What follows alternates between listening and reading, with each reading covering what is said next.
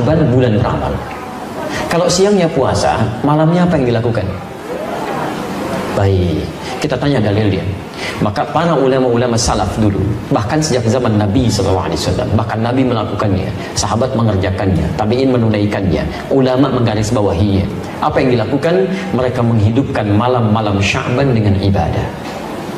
Malam-malam Sya'ban, apalagi kalau sudah masuk ke pertengahannya sampai akhirnya, karena mereka merasa waktunya sudah mau berakhir. Mereka hidupkan terus pertengahannya, akhirnya, dan seterusnya. Tapi apa amalannya? Setidaknya ada 3 amalan untuk di malam-malam Sya'ban. Boleh dimulai dari malam ini, silahkan. Ya, kita saling mengingatkan ya, boleh silahkan. Ya, untuk kabari yang lain ya. 1, sholat, memperbanyak sholat. 2, berinteraksi dengan Al-Quran, tilawah Al-Quran, mau baca, mau pahami kan, mau menghafal, merajaah, mengulang, silahkan. 3,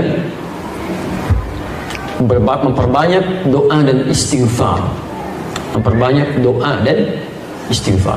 Di 1 salat, 2 memperbanyak interaksi dengan Al-Quran, 3 memperbanyak doa dan istighfar. Salatnya ada 3 jenis yang bisa dikerjakan. 1, qiyamul lail, qiyam al-lail, qiyamul lail. 2, tahajud. 3, witir. Qiyamul lail, tahajud, witir.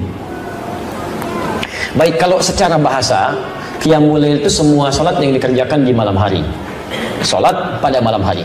Tapi kalau spesifik istilah fikih, qiyamul lail itu adalah salat yang dikerjakan pasca salat isya dan sunnahnya, tanpa diawali dengan tidur terlebih dahulu. Jadi untuk membedakan dengan tahajud, kalau qiyamul lail, Anda sudah salat isya, kemudian salat sunnah, lalu Anda salat di situ 2 rakaat, 4 rakaat, 6 rakaat, tutup dengan witir 1 rakaat atau 3 rakaat. Itu disebut dengan qiyamul lail.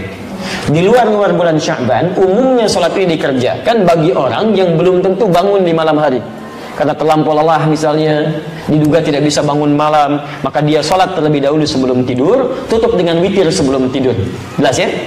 Tapi di bulan Sya'ban tidak harus menunggu itu. Ya silahkan, nggak apa-apa.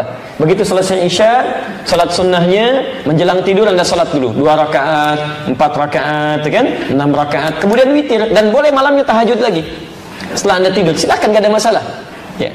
Nah, dalam konteks qiyamul lail ini ya, isyarat di Qur'annya jangan mempersulit, mudahkan. Bahkan bacaan-bacaannya pilih yang paling mudah ya. Quran surah ke-73 ayat 20, faqra'u ma tayassara minal Qur'an, silahkan baca yang mudah-mudah, ringan-ringan dari Al-Quran, silahkan ya. Dan ringan itu bisa relatif ya. Ringannya Nabi itu 100 ayat Al-Baqarah, ringan tuh ya, Masya Allah. Antum ya demikian, Qul wallah ya, kemudian An-Nas rakaat kedua, hari keduanya tambah lagi Ad-Duha, setelahnya Alam Nashrah, naik lagi ya. Jadi kalau bisa begini, saran saya, hidupkan di keluarga dengan anak-anak, boleh kok jamaah, boleh untuk memberikan bimbingan, boleh ya, tahajud atau qiyamul lail berjamaah untuk memberikan bimbingan itu sah.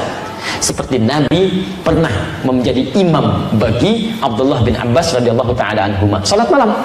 Ada di Abu Dawud nomor hadis 1365, ketika di rumah Sayyidah Maimunah, Ibnu Abbas salat di belakang ya, kemudian setelah itu ditarik oleh Nabi sampai sejajar begini. Itu salatnya sedang tahajud, awas hati-hati. Saya suka agak bingung ini ya, agak sulit memahami, gagal dalam paham. Bagi orang-orang mengatakan dilarang, bid'ah tahajud berjamaah itu. Tapi Anda menjadikan hadis ini untuk membenarkan imam dengan makmum dalam posisi sejajar.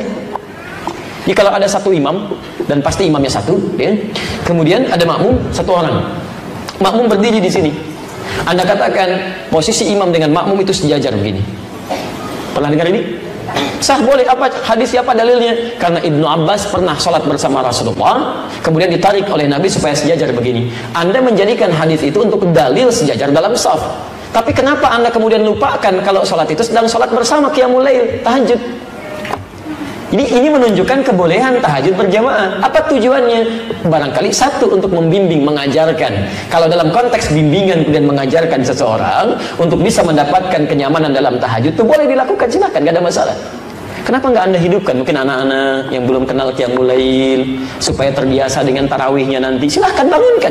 Ya, ayo kita mulai dulu, hidupkan di rumahnya. Jangan berat-berat, kasih yang ringan dulu. Ya, dan rakaatnya jangan banyak-banyak dulu. Deh, supaya sesuai sunnah Nabi ya, kita 11 rakaat. Masya Allah. Malam pertama, besok gak mau ikutan lagi. Dua dulu aja, dua, witirnya satu, sudah enak, naik lagi. Qul huwallah dulu supaya nyaman kan. Begitu besok mau sholat, Pak, kayak kemarin ya, Qul huwallah lagi. Ya nggak apa-apa, Qul huwallah dulu.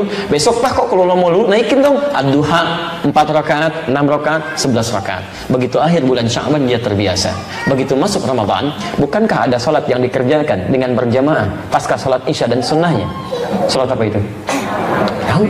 Jadi kalau sudah terbiasa, nanti begitu masuk Ramadan stabil Pak, Bu, stabil.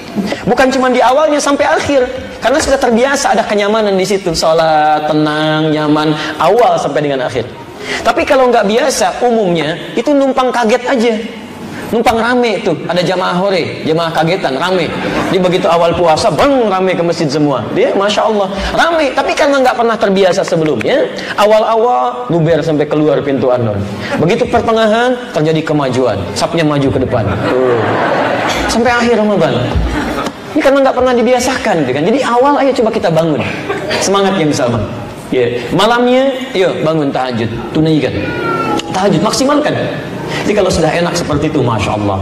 Bahkan dulu selevel Hudzaifah al-Yamani, Al-Mughirah bin Syu'bah, Abdullah bin Mas'ud radhiyallahu taala anhum jami'an, orang-orang baik. Sebagian mereka bahkan dipuji oleh Nabi SAW. Bacaan Qurannya indah.